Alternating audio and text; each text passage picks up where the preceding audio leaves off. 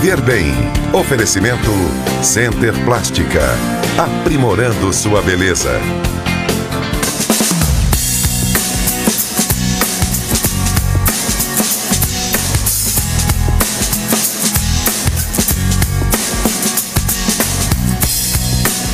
Muito bem, já estamos de volta com o Viver Bem, o programa que destaca a qualidade de vida. Você aí de casa já teve dengue, sabe o quanto é difícil passar pelos sintomas por essa fase de cura da doença? Estamos recebendo a doutora Esther aqui no nosso programa, falando então um pouquinho sobre a dengue.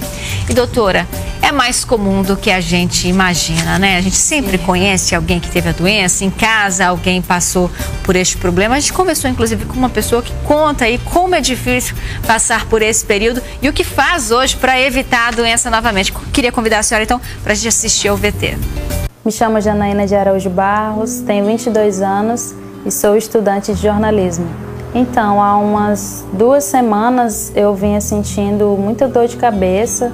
A princípio o sintoma era só esse, então eu não sabia, não fazia ideia que era dengue, né? Fiquei tomando só remédio para dor de cabeça, mas sem saber o que era. E aí, com alguns dias depois, eu vim ter as pintinhas no corpo, né? E foi daí que eu suspeitei que fosse a dengue. E é aí que foi começar a dor no corpo, dor nos olhos. Eu estava só com os olhos vermelhos há alguns dias. Então, foi quando eu decidi procurar a UPA para fazer o exame, né? Achando que seria mais rápido, só que o resultado só sai com 30 dias. Mas aí o médico também passou o exame de sangue e através das plaquetas baixas ele suspeitou que realmente era dengue. E o único conselho que ele passou foi tomar muito líquido e dipirona caso sinta muita dor no corpo.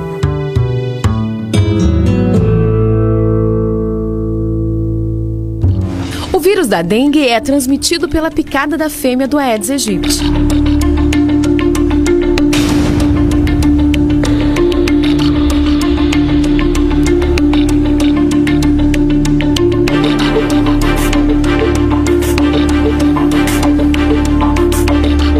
Mosquito diurno que se multiplica em depósitos de água parada, acumulada nos quintais e dentro das casas. A grande maioria das infecções é assintomática. Quando surgem, os sintomas costumam evoluir em obediência a 3 formas clínicas. Dengue clássica, forma benigna similar a uma gripe. Dengue hemorrágica, mais grave, caracterizada por alterações de coagulação sanguínea, e a chamada síndrome do choque, associada à dengue, forma raríssima, mas que pode levar à morte se não houver atendimento especializado. Não existe tratamento específico contra o vírus da dengue. Tomar muito líquido para evitar a desidratação, utilizar medicamentos para baixar a febre e analgésicos são as medidas de rotina para aliviar os sintomas. Eu tive muita ardência nos olhos, os olhos muito vermelhos, muita coceira. E esses dias, assim, quando apareceu as pintas no corpo, também muita coceira, a dor no corpo, você se sente bem mole. Até mesmo quando você acha que já sarou, já está curado da dengue, mas você ainda sente aquela moleza, aquela vontade de ficar só deitado. São sintomas assim bem ruins, você perde também um pouco da fome. Você não fica com muita vontade de estar comendo, só quer estar deitado, dormindo. E os olhos, a claridade também incomoda muito. Esses sintomas assim são bem chatos, ficam vários dias assim. Segundo o Ministério da Saúde, o Brasil já registrou mais de 800 mil casos prováveis de dengue em 2016, mais de 90 mil casos de zika e mais de 30 mil casos de chikungunya. Isso mostra a importância dos cuidados com prevenção e com a disseminação de campanhas contra a proliferação do mosquito. Então, eu ainda não faço ideia de onde eu peguei, pois aqui em casa eu não vejo nenhum foco, né? Tudo que possa estar trazendo algum foco, a gente tenta evitar, a caixa d'água fechada, aqui o corredor sempre limpo. Agora, nos vizinhos aqui do lado, a gente não sabe, né? Não sabe como é que é, se eles também estão fazendo essa prevenção, e não sei onde eu posso ter pegado, porque também não visitei nenhum sítio, não fui em nenhum lugar assim que poderia ter o foco, não que eu me lembre. Eu acho que não só eu, mas como o meu vizinho também tem que se prevenir quanto a isso, né? Pois com esse tempo de chuva, muito tempo de chuva que está vindo aí, a gente tem que tomar cuidado, tá sempre evitando qualquer foco, né? Eu não sei como é que é a parte do meu vizinho, mas eu tento fazer a minha parte e eu acho que se cada um fizer a sua, vai diminuir esses índices aí de dengue.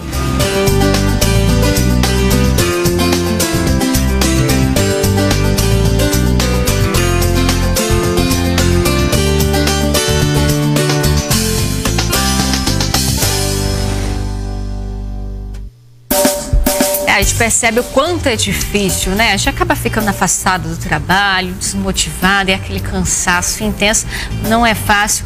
E esse período de dificuldade é tanto para a criança quanto para o adulto e até para o idoso, né, doutor? Que pode ser pior em algumas idades. Sim, como eu falei, menores de 2 anos e maiores de 65 anos são pacientes que podem evoluir com mais sintomas e mais gravidade. Certo, doutora. Agora, voltando um pouquinho na questão das gestantes, porque foi o que causou uma grande preocupação ao longo deste ano, né? Até pela novidade da associação e do estudo da Zika com a microcefalia. A gestante, neste período, ainda tem que se preocupar com essa possibilidade?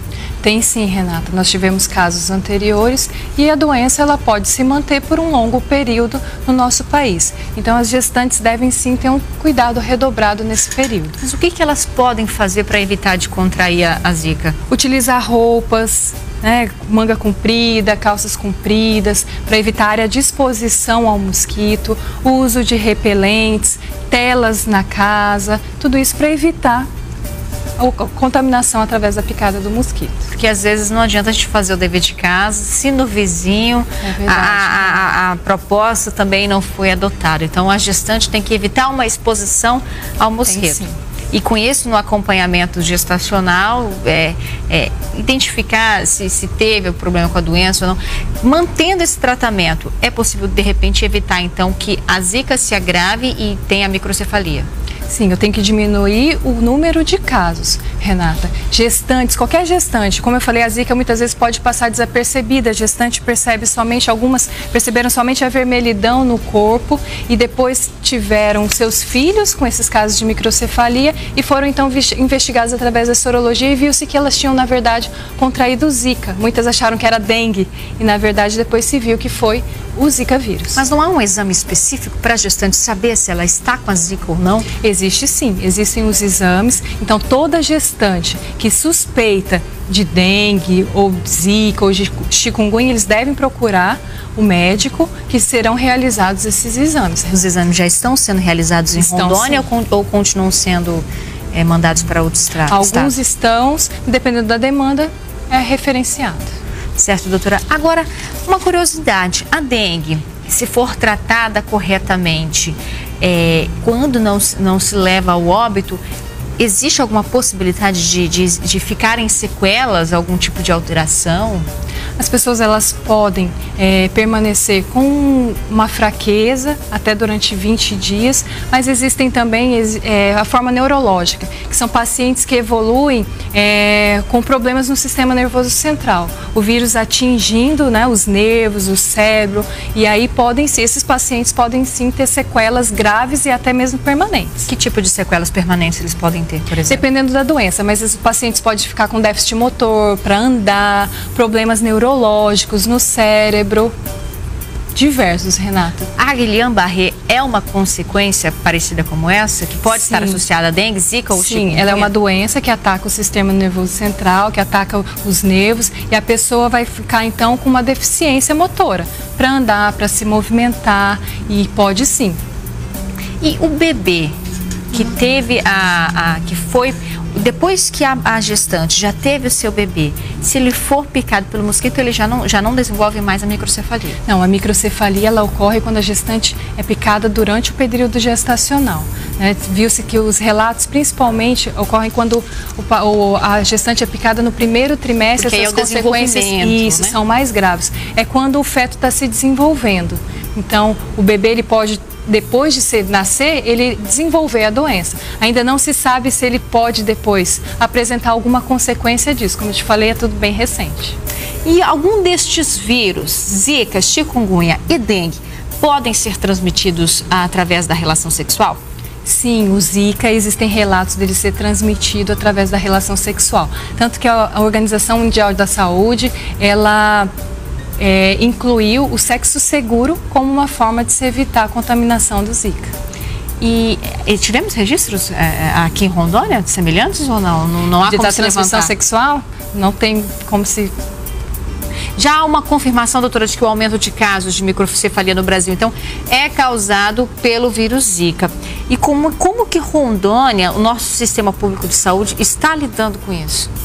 Então, na verdade, depois que o bebê nasceu, o que se espera é que se dê um suporte melhor para essa criança, que é uma criança que ela vai ter dificuldade para se desenvolver, né? Um déficit no desenvolvimento. Então, essa criança pode ser mais tardia em andar, em falar, em toda a parte do desenvolvimento neurológico. Então, essa criança ela é avaliada para se ver quais são as consequências dessa infecção dessa criança. A grávida ela tem um risco maior de pegar a Zika no início da gestação, ao final da gestação, ou isso pode acontecer ao longo dos 9 meses? Ao longo dos 9 meses, a gestante está suscetível a se contaminar, né? Dependendo da fase de desenvolvimento do feto, as consequências elas podem ser pior.